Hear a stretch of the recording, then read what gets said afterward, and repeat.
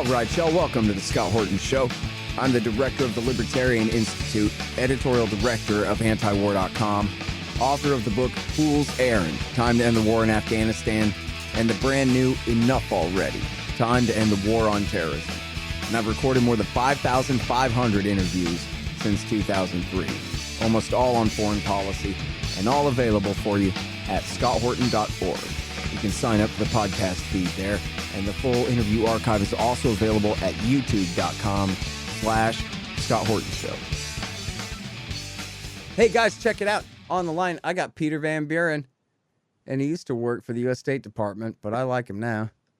He wrote all these great books. One of them is called We Meant Well, about the war in Iraq, and then The Ghosts of Tom Joad, about being broke in the American crash.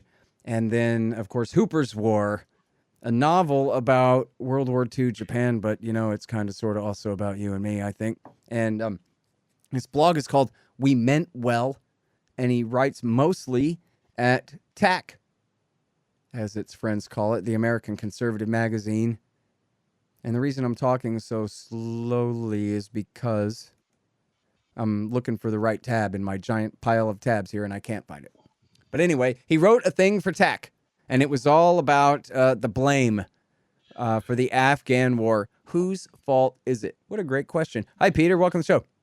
Scott, thanks for having me again. I appreciate you talking slow. I'm getting a little older these days, and it's just that much easier when things move more slowly than normal. So appreciate the nod toward diversity there. Cool, man. Yeah, you know, I just turned 45, and I'm starting to feel it. Yeah, it's kicking in now. Well, there It might be days when psychosomatic, but I don't think so. No, I don't think so. I think there are days when I feel even older, and that's a transitional device, because in fact it was almost 10 years ago to the day that the book I wrote about the failure of nation building in Iraq came out, and that's called We Meant Well, and the title by now I think is familiar to people that it was sarcastic, and having participated in the failed reconstruction program in Iraq, the failed nation building program, and watched the military and the State Department up close over two administrations, this has been a tough week for me. I've been walking around telling random people, and actually I'm mostly speaking to dogs now because most of the people shun me, and saying, I told you so, I told you so, I told you so. And it's difficult to have watched this all happen in Afghanistan, knowing where and how it was going to end 10 years ago.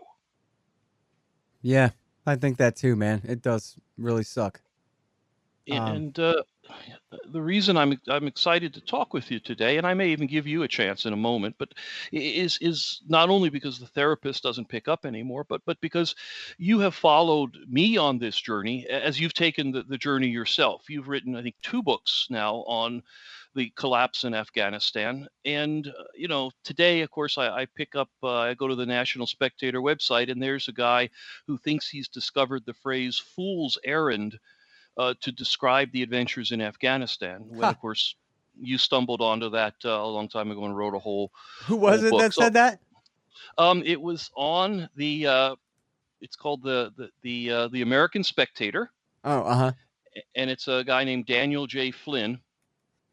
Funny. And his subtitle of his article is Nation Building, Attempting to Change Another's Cultures and Customs is a Fool's Errand. And it's all about Afghanistan. So, and he doesn't really give you any credit in here. I gotta say, it's a pretty obvious cliche to apply to this situation, you know.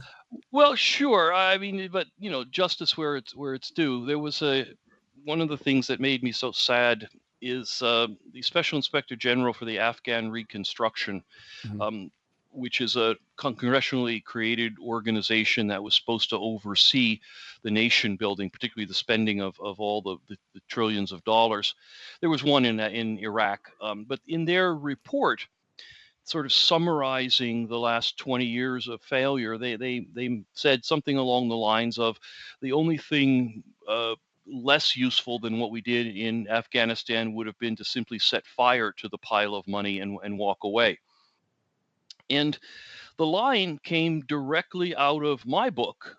We Meant Well, talking about Iraq 10 years ago. I said in there, the reason we did all this is because we couldn't find a match to set fire to all the money. And I just was left wondering, did they steal my line? Or is it just so obvious at this point how horrible this is that the same images come to people's minds? Yeah. So, It happens, great minds think alike and things like that. But yeah, also there's joke stealing, plagiarism too. So you that's never right.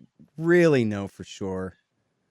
But Well, I like to think it's now finally become so obvious to everyone what we've been saying for at least the last 10 years, that now they've kind of met us here. They've come from far away, yeah, and we've been standing at this crossroads saying, guys, take a look at what this, and they finally arrived at our crossroads, and having observed it again, have come to the conclusions we did some years ago. yeah. So listen, I've been doing a lot of interviews about this, having written a book on it and all of that kind of thing Hmm. lately. And I'm always not exactly sure what to say to the kind of broad open question of just how could this have happened? Right? Like on the notion of building a government that is just not accepted by the majority of the population. Like, didn't they know that they wouldn't be able to get the majority of the population to support the thing? Or did they think that, it just doesn't matter? Screw it. I'll be, it'll be somebody else's problem and I'll be home by then when it all falls apart? Or was there any reason to do this other than making money that anybody ever had? Or just, it's such a kind of a letdown to such a large project. People feel like there should be something more meaningful to be gleaned from it all at the end, Hmm. Hmm. The thing is, having spent 24 years in the State Department, and watched an awful lot of this unfold from the inside in Washington, from talking to colleagues who were in even more senior positions who had a better glimpse of the policy making. Of course, reading what we know thanks to WikiLeaks and things like that. And of course, spending my year in Iraq literally doing it. The answer is kind of a little bit of all of the above. An awful lot of these of what happened in Afghanistan started with some version of, we'll be generous and say, a good intention, at least hoping for a particular outcome that they felt was actually achievable at some point. And what happens is that as failures accumulate, people start finding ways to cover up their portion of the failure. We have a political system that constantly refreshes who's in charge, not only at the presidential level, but also at all the levels from the next person all the way down to the bottom where I fed for most of my career. And so people are constantly coming and going, and they we in the government we called it the EER syndrome. EER was the name of our performance reports, the once a year thing your boss had to write to say how you're doing. And the idea was you had to have something to put on there to just say, Scott did his radio program every day for a year, and it sounded okay. It's never enough. You have to have something special. Scott scored in a special interview with this guy, or Scott uncovered this particular malfeasance or whatever. You have to kind of have something on there to talk about. And so everybody shows up with the desire to accomplish something where others have failed. Everybody shows up dumb as a rock on day one and spends part of their time figuring out what happened before they got there. And everyone, some point in their period of time, whether it's a year in Iraq or it's 8 years as president for Bush and Obama, realizes it's a failure, and they better start to dissociate themselves from it, and just start planning on how at least they can walk away, if not the United States. At the same time, you're surrounded by people who have vested interests in telling you that the success is just around the corner. Some of them are as crude as the people in the military industrial complex who simply want to keep the money flowing. And we should never disregard that as a driver of all this, but we should never see it as a singular driver. The same way people said, oh, it's all blood for oil. Sure, there was that calculus in there, but it was never just that. So you've got people in the military industrial complex who want to keep this going because they're getting very, very rich off of it. You've got politicians who want to keep it going, either because they don't want it to fail during their first term, or they want to be the guy to claim, hey, the other guy's not doing it, elect me and I'll fix it for you. There's all sorts of players here on the American side, and we haven't even gotten to the rest of the world, but who have various reasons for wanting this thing to continue and to pretend it isn't failing or to be ignorant of its failure. And all of that is completely independent of what's happening out there in the wilds of Afghanistan, the people that are dying, the suffering that's being caused, the political BS that's accumulating. Most of this is attributable to individual failures that compound themselves. More than that, almost play off of each other to create something bigger than a single failure, bigger than the whole, if you will. And the fact that in America we can do these things. The Afghan adventure, of course, is only the most recent one. Your listeners are pretty astute in their history, and we can walk it back through how many interventions, large and small, overt and covert, and things like that. We can get away with this at almost no cost. And I say that understanding the words. The idea is that we can find ways to justify the loss of life. Certainly, we don't in America don't seem to care at all about the loss of foreign life. The loss of the American lives is always justified by our brave men and women in uniform, support the troops, build another monument. Joe Biden yesterday actually said that the troops at the Kabul airport who were killed in the suicide bombing died fighting for liberty. Now, if you can pull that out of your ass after 20 years in Afghanistan, when soldiers and Marines were killed in a suicide bombing during what was essentially our final retreat, if you can call that defending liberty and get away with it, which he did, there's no cost in terms of lives. Money-wise, America seems to always find money for these adventures. We can always talk about the greater economic impact, but at the end of the day, we seem to always have enough money to finance these things without, the peasants storming the Bastille. So the answer is that we do it because we can, because there's no cost to it. No one's going to lose their job over anything that's happened in Afghanistan. The only person who's been vaguely punished is Donald Rumsfeld, who's dead. And hopefully the fates have resigned him to cleaning truck stop toilets in hell. But the rest of these people are fine. George Bush, who kicked off the most recent round in Afghanistan, has been recreated as a cuddly old man, goofy guy. Barack Obama, who continued the wars in Iraq and Afghanistan irresponsibly, is a rock star. He's practically a deity in the Democratic Party.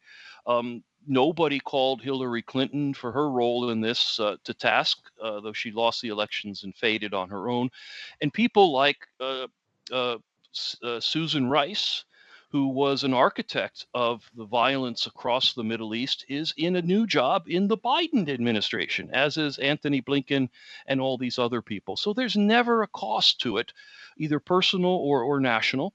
So we keep doing it. And I don't want to be too cynical, but of course we're going to do it again.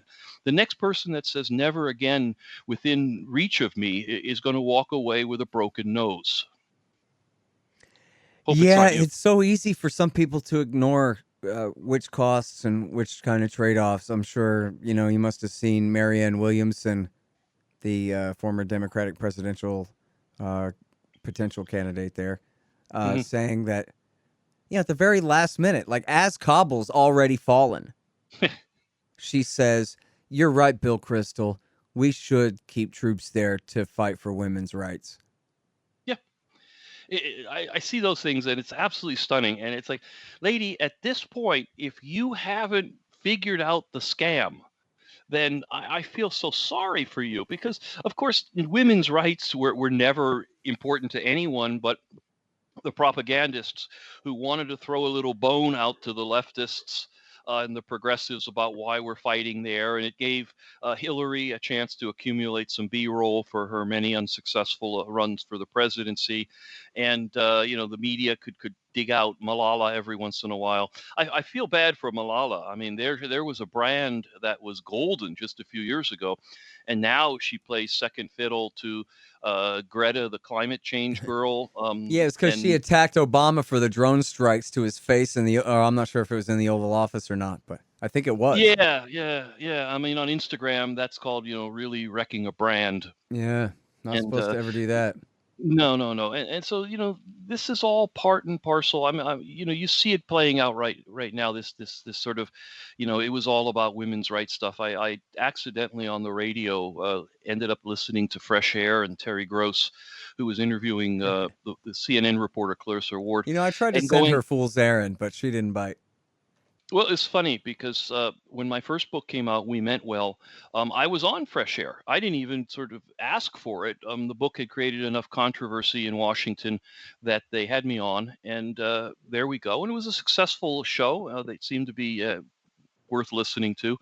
And then when my next books came out, which were not directly in line with the progressive Mein Kampf, I couldn't get a phone call or an email returned. And that's been the story of things. When you say something that fits with what they already want to say, then they're all over you and happy to have you. Yeah. And if you had written a book praising whatever they were happy about at that moment, the gains of women's rights in Afghanistan. I read a column recently by some complete knucklehead explaining that even though the Taliban is back in charge, we've set change in motion in Afghanistan, and it can't be stopped. So if you write something like that, I can assure you, Fresh Air will reach out to you and find you. If you don't, well, no.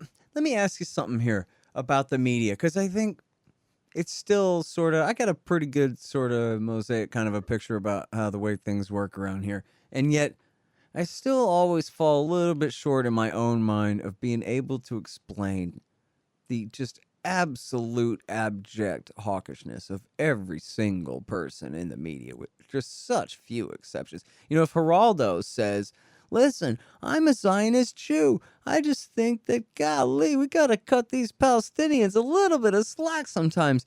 It's a total crisis because he's the only one who ever said that in the last 7 years, right? There's just, and you know what? I know that Israel policy has a lot to do with it, and Zionism does have a lot to do with it. But I know it's not just that. Like, if you watch the press corps, the way that they scream and holler and yell and get so upset when we're talking about a withdrawal from anywhere. How can you leave the Kurds in this lurch? How can you leave the women of Afghanistan? And in fact, I got a segue, so it's a double part question here. One of the questions being shouted at Blinken was, pardon me, Sullivan, National Security Advisor, was, yeah, but how can we leave a country where we have bases right there adjacent to Iran and Russia and China? And then he made the questioner made this mistake of throwing in Tajikistan. And Sullivan says, we're not going to continue a war just so we can have a presence near Tajikistan. Next question, right? But, which is fine. It's probably Sullivan's best day. But so two things. What exactly is this media cult that makes them so militarist and just absolutely at the expense from any other point of view, and to such a degree where they're on one mind about war more than probably any other thing, even like Trump and Russia or whatever kind of thing at its height. And then also, what about that? How important is, obviously I know you don't buy it as good enough for you, but how important is the policy of having military forces there near Iran and Russia and China? How important do you think that is to the overall policy in the background here? Because usually they don't say that. They only seem to come up with that when they're the most desperate. But that either means it's total BS, or it means that that was sort of the secret real reason that they weren't talking about this whole time, but that was what they really meant this whole time. There's a lot there. I mean, the media, I've given up on them so long ago. The thing about the media is they can't really decide whether their role is to pimp partisan politics, or whether their role is just to provide the bread and circuses. And while they kind of bounce between the two, in fact, it ends up mostly in the same place, which is advocating for war. When they advocate for war with an administration that they like, it's in that partisan politics thing.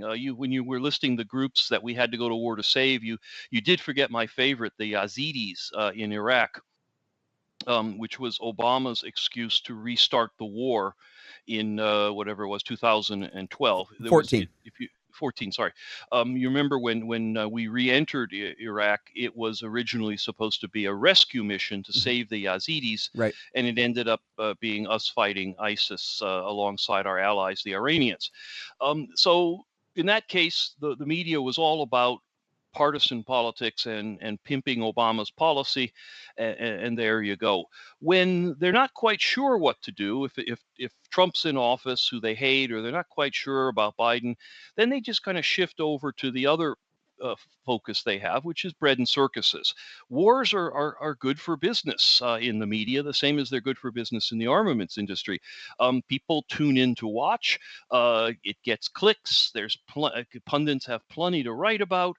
And you can do what the media wants to do, which is essentially bring eyes to whatever their media product is, and along with that, advertisements. So war is good for business across the board, and it's also good for the media's business. And I think that drives a lot of what you were talking about. As far as the American fetish about having bases everywhere, this obviously grew out of World War II, where the strategic decision was made after the war to be the world's imperialist power, to literally control the world with our military by physically being everywhere all the time. That was obviously much more of a necessity with the technology of 1945 than it is with the technology of today. But it does provide a lot of convenience if you're going to still try to pretend to be an imperial power. If you've got to fly everything in from far away, it gets expensive, it gets complicated, you've got to sneak in and out all the time. If you've got a base inside the country, then you can just kind of walk out and go to war. We did that quite literally during the first George Bush administration with Panama. We launched the invasion of Panama from the bases that we had inside of Panama. We literally drove outside the gate to have the war, and that's quite convenient and quite powerful. In a lot of the countries where we have pseudo bases, like across Africa, that physical presence kind of tracks with the state of the art of the local people's worldview. They don't necessarily, may not be as sophisticated about things, and the idea that there's an American physical presence sitting literally in their capital kind of reminds them that we're around, even if in the end of the day we decide to fly bombers from Nebraska to drop bombs on them. Just knowing that we're there, and especially as the United States continues to expand its so-called special operations. At some point, the special operators are going to outnumber the regular troops. I don't know what we're going to call them. That we're going to have like very special operators, things like that.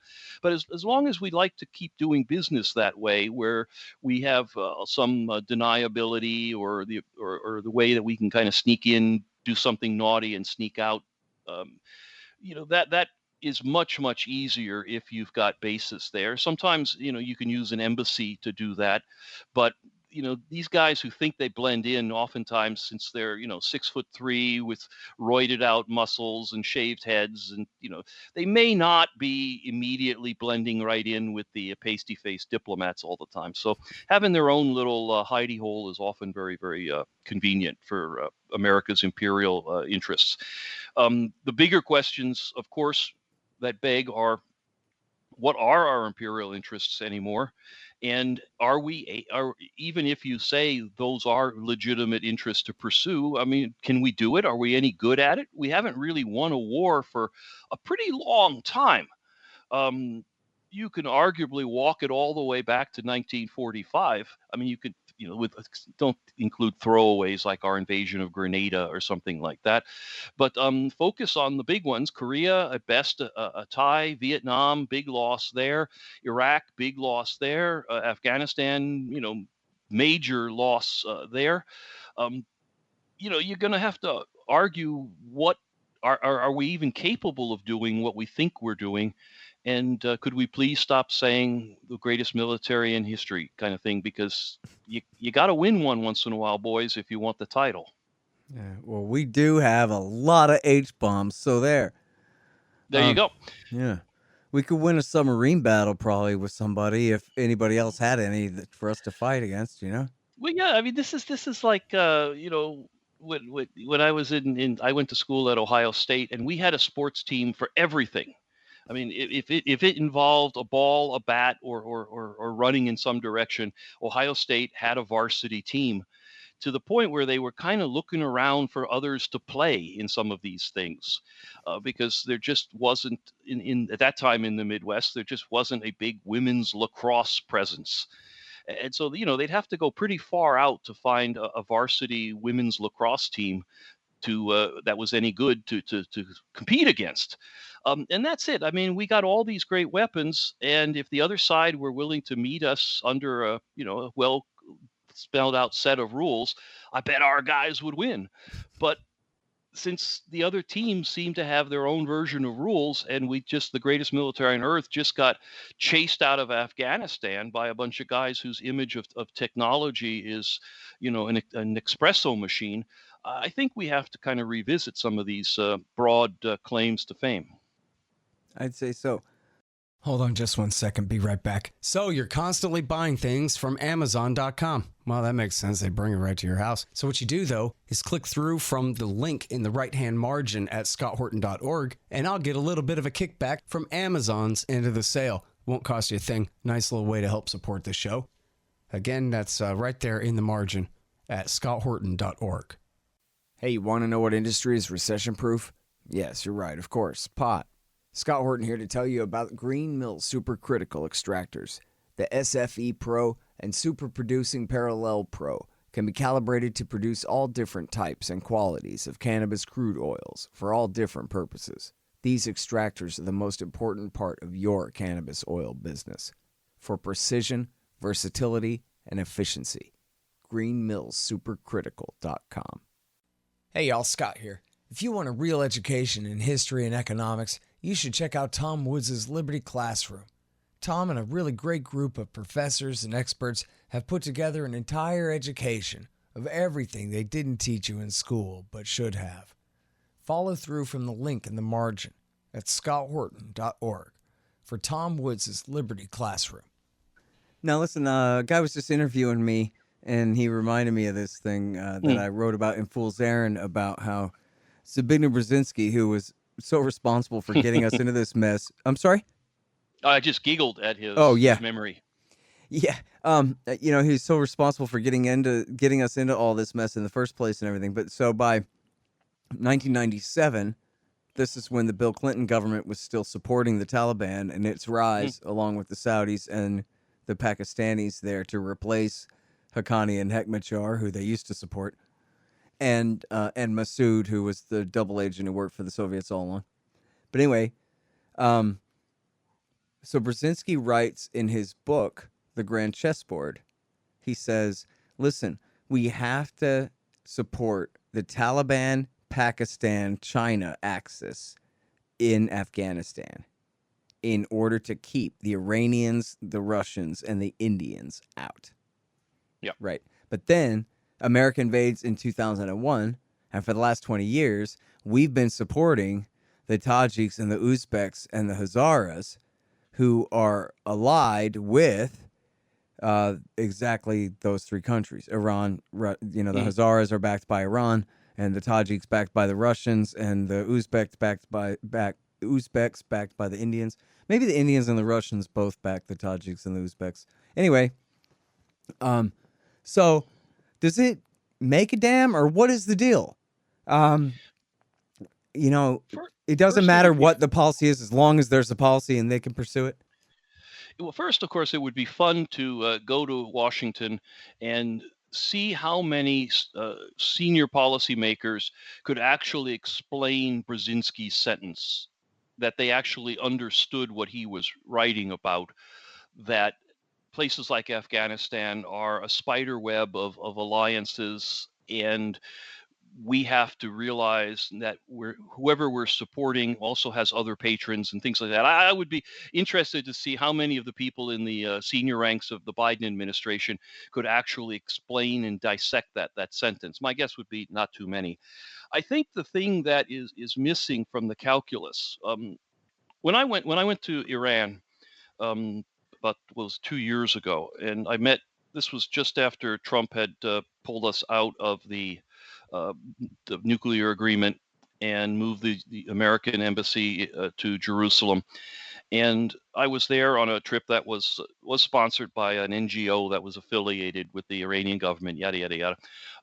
If somebody wants to buy me, it's cheaper than that. I'll just put it out that a case of beer will get you the op-ed of your choice. I'm easy, so nobody's buying me off or anything. But anyway, we were sat down with a number of different groups within Iran. Some clerics and some students and some policymakers and things like that. And the thing that was consistently wrong with their understanding of the United States, I felt, was that they failed to understand how significant domestic politics is in American foreign politics. It's the driver of American foreign politics, at least the overt side of it. I'll say, the idea would be that the Iranian foreign ministry people were looking at foreign affairs the way you look at foreign affairs. How does the world play games with each other?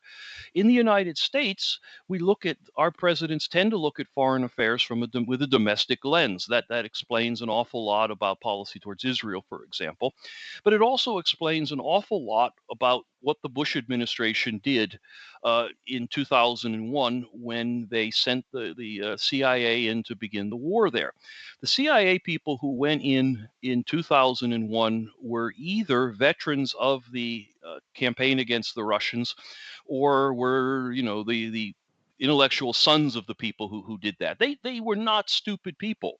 I can say the handful that I knew personally were extremely well briefed and understood what the rules were in Afghanistan, and they could roar through these who's in charge of this splinter group and that. They knew their business, and they had years of experience with this, but their orders were different. Their orders were to sort of ignore everything and focus on killing the Taliban as the Washington wanted to define them. And I won't even begin to insult you by saying, of course, there's not a single entity called the Taliban or the Northern Alliance. I mean, we all know how fractured these organizations are. But I mean, the idea would be that oftentimes smart people are told to enact policy that's dumb from a foreign policy perspective because it meets a domestic policy perspective, which is clearly the case in we're going to go over and tear Afghanistan into small pieces because of 9/11. Sorry, but they are going to be the whipping boy for what we should have been doing to Saudis. Yeah. This is something that keeps coming up too, right? Is especially over 20 years of war, in the Korangal and Pech Valley and down in Helmand Province and all these places. There's a lot of Afghans who've been through a lot of war. And, when I hear the statistics, they sound very conservative to me as to how many Afghans must have been killed in this thing so far. I mean, certainly in the low hundreds of thousands, maybe more. I'm sorry, go ahead. Nobody has a clue. I mean, any number you see is a guess. But the thing is, and everybody knows, I hope, have heard about, right? Because this is the kind of thing that even gets around at the water cooler in high school and everything, where like everybody knows this, that 92% of Afghans, as of like 10 or 15 years ago even, had never even heard of 9/11. They had no idea what it was. And so then the idea is, well, it's kind of unfair that we're punishing them for something that they never even heard of, much less did to us. But then the answer to that riddle is that we're not punishing them at all. That we're just here to help them. We're here to reward them for formerly being victims of those who would have harbored those who attacked us or something like that. And so now we're building a democracy for them where everything's going to be great. And we got to kill a few of them to get from here to there. Of course, that's a thing. But it's all for their own good, means that it's okay to kill 500,000 of them, right? I guess. Well, this was where our dear friend Terry Gross was going the other day on Fresh Air, interviewing this CNN reporter, and basically, Terry, who it's hard to imagine a person who sounds so nice being more ignorant in reality, but I guess there must be a school for them or something. But the idea is that she was basically saying, why didn't the Afghan women rise up and seize the day, and why didn't the Afghans fight back for their freedoms against the Taliban? And it's like, why were those dumb, ignorant country hicks not playing along with all the goodness America was attempting to bring to them? And it was the classic imperialist thing. I mean, you could imagine some British dude with a handlebar mustache saying it at the bar in Singapore 150 years ago. Right. Why won't the darkies, let us save them and make their lives better? Freaking heathens. And it was basically the same idea there. The other thing, though, is we can never leave aside the amazing ability of people to not know what happened before yesterday. I was speaking with a group of college students, and they were smart kids at a good school and all that happy stuff. And I realized these people were in elementary school. Some of them weren't even born when this current Afghan war started. Most of them were in elementary school through the the guy that just interviewed me started the show with, I was in first grade when we invaded. Right. And I mean, I like to think I'm a pretty well-read guy, but trust me, when I was in elementary school, and the Vietnam War was raging, I did not know what was going on. Neither did anybody else.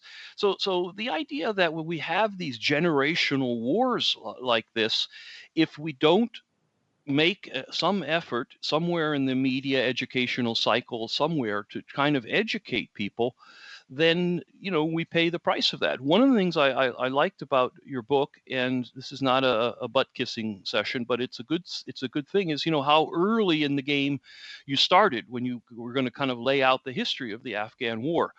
Pretty much everything I read in the mainstream media starts with September 11th. And it's like, guys, no. We have been actively involved in the war in Afghanistan since at least 1979. You can back it up further if you want to, but I mean, that's the minimum starting point, was the decision by Brzezinski and Carter to use the indigenous forces in Afghanistan to destroy the Red Army, which in one breath created the Islamic warrior movement, which later blossomed into Al-Qaeda, which brought us to 9/11, which brought us into a full invasion of Afghanistan and the neocon plan to redo the entire Middle East, which brought us into Iraq, and God help us, almost sent us down the rabbit hole in Syria, but didn't really. So good for us. Yeah, well, that was more than one breath, but pretty close, though. It was more of a, I think, to be fair, it was more of a gasp than a breath. It was a gasp. It was a small gasp. But a gasp is a kind of a breath, I think. It is, but it was more of a sense of, I can't believe all of what I'm saying is actually true. It's a lot of words to fit in just a little bit, But the idea would be that when I see these articles, and it just causes me physical pain, usually something to do with either constipation or diarrhea. I can't really come down on it one way or the other. Who's to blame for Afghanistan, and people saying, well, it's probably Trump or it's probably Biden, and it's like, well, of course there's so much blame to go around, but you really don't know, do you? You really don't see the breadth of history here. you don't hear Mikhail Gorbachev chuckling in the background. You don't hear the Jimmy Carter keeping his mouth shut about his role in all this. I sent him my book. I made Oh yeah? I made Twitter friends with his assistant lady who runs the Yeah, Carter yeah, Center. yeah, And I sent her the book, and I warned her I come down pretty hard on old Jimmy in here. yeah. And she said, that's okay. He won't mind at all. I'll make sure he takes a look at it. So, Uh-huh. And then you guys sat down and went through it? oh, yeah, not yet.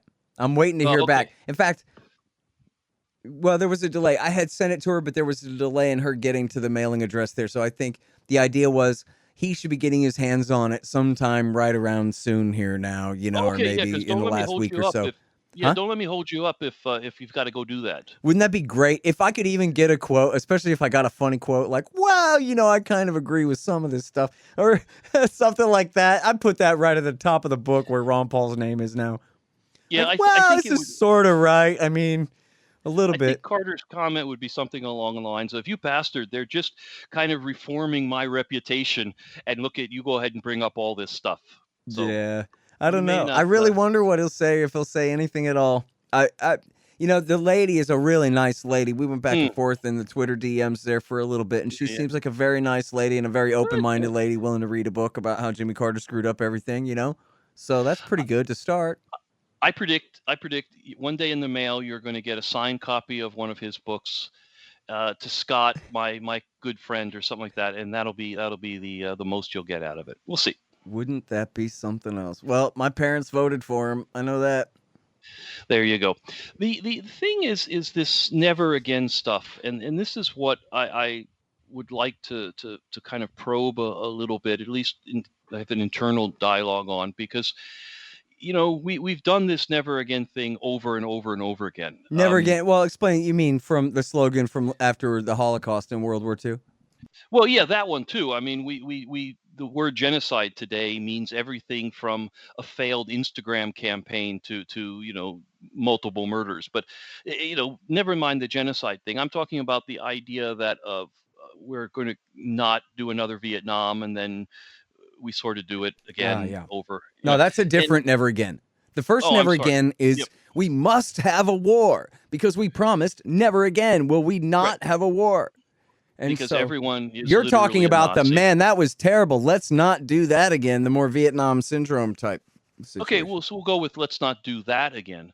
And in fact, we just keep doing that again. And somewhere there's a need for something. I've recently started to reread David Halberstam's The Best and the Brightest. No, I always wanted to read that. I have it. Go ahead, tell me about it so I don't have to. Highly recommend it. With the caveat that it was written during the Vietnam era, just after, somewhere in connection with the Vietnam War, and it reads like an old book. You got to spend time with it. It meanders. It doesn't have a lot of surprise conclusions and stuff like that. And it was an attempt to explain how the people around Kennedy were so committed to something that was so obviously a bad idea. And it talks about them in this concept of the best and the brightest. They were the brightest people, the smartest people of their generation.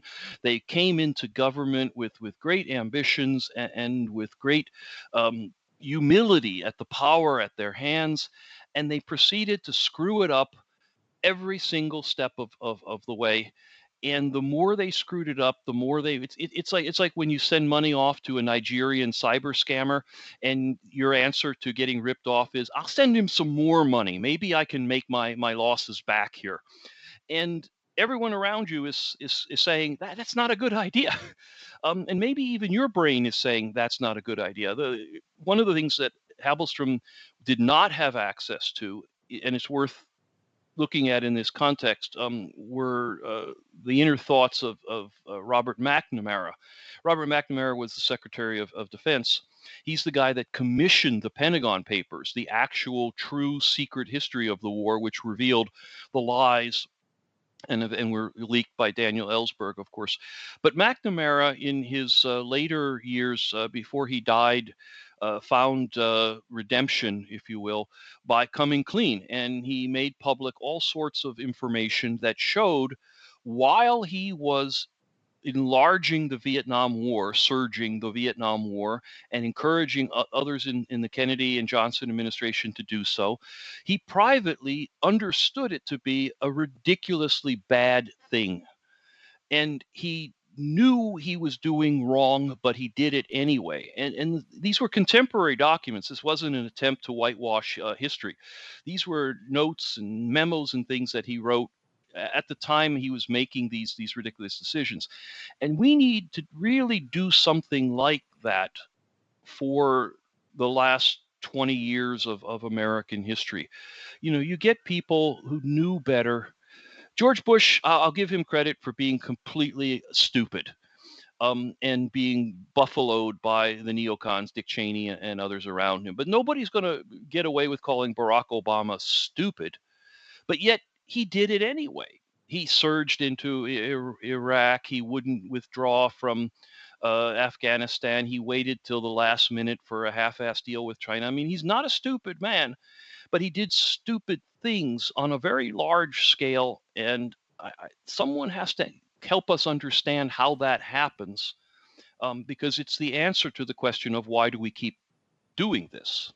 That's what I was It's trying to never- do with Enough Already, really, was to Yeah. give like a survey out of all of these wars. And, Yeah. really, I don't think you have to go further than, I hate to say this, but Bob Woodward's book, Obama's Wars, it's really not about that. It's the Pentagon's plot to force Obama to do the Afghan surge. It's the real title of that book. And it's kind of all in there, right down to, hell, what if they do all resign? What do I care? I'll just go with the minimal option and screw them. I'm the president, not them. And then, no, you can't do that, Mr. President. If they resign, you're going to look real, you can't do it. John McCain's going to make fun of you. Okay, I guess I'll give in. Like, right down to, I mean, they go through conversation by conversation. They all rat on each other to Woodward, you know? And who knows how much of this stuff he makes up, too, but I don't know. It seemed pretty clear, though, that it was, and they also trash Hillary there, that she's the Secretary of State. She's supposed to say, well, I don't know, what if we did a more minimal thing? But instead, she's like, I think you better do whatever the general says, Mr. President. And how then even Gates and Petraeus, who she was backing up, they resented her for it just because she was so shallow and such a backstabber that they expected her to play her role as Secretary of State, to be the diplomat. And when she sided with them, they all rolled their eyes at her like, God, this lady's horrible.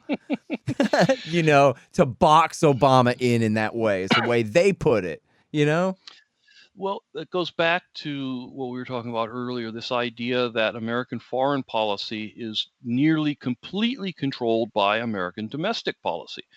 And so Obama doesn't want to go into the political arena and get picked on by John McCain, or he doesn't want to have to explain to the media why his generals have resigned. And he knows that whatever happens afterwards, he gets blamed for anyway. So his domestic position said it's easier to go over there and have American troops killed and have lots of Afghans killed than to face up to the domestic issues associated with pulling out. And I have to give a half smidgen of respect to Joe Biden for being willing to take the bullet on this one. Not literally, because Joe isn't in the line of fire per se. But I mean, the idea would be that Trump volunteered to do it. He volunteered to take the bullet for getting us out of Afghanistan, knowing, of course, that it was going to fall apart when we left. And Trump was willing to do it, but he got buffaloed by the media. You remember that stuff? The Russians were paying bounties to the Taliban, and he just kind of gave up on the idea. So I give a smidgen of respect to Biden for saying, it's just got to get done. I'm a one-term president. Who cares? My legacy is what it is. Yada yada yada. And so, the tactical side of this, the actual on the ground thing in Kabul has been a complete disaster and could have been so much cleaner and better. But that's just details, really. It's all going to be over in a couple of more days, for better or worse. But that willingness to take the domestic punch and maybe bring Kamala down with him strikes a little bit counter to what we've been talking about, where domestic politics have so controlled foreign policy in the last 20 years or so. Yeah. All right. So, how about we wrap up with this suicide attack at the Kabul airport on the way Sure. out the door here? It just, it looks so bad. I got a friend over there, an internet friend who's a fan of the show, who's in the army, presumably on the ground at the Kabul airport right now. I don't know exactly, but I'm pretty sure that's where he was. Yeah. I know that's where he was headed sooner or later, and I think that was a while ago, so he must be there now. And he just had what I think they said it was 12 Marines and a Navy corpsman were killed yesterday. So what all do you think of that? And there's a lot of different subjects under that heading. Yeah, in a way, it's sort of, I don't mean to be disrespectful to the loss of lives, because we're looking now at hundreds of Afghans also dead in this attack, and there's absolutely nothing to suggest this was going to be a one-off and there won't be another attack and things like that.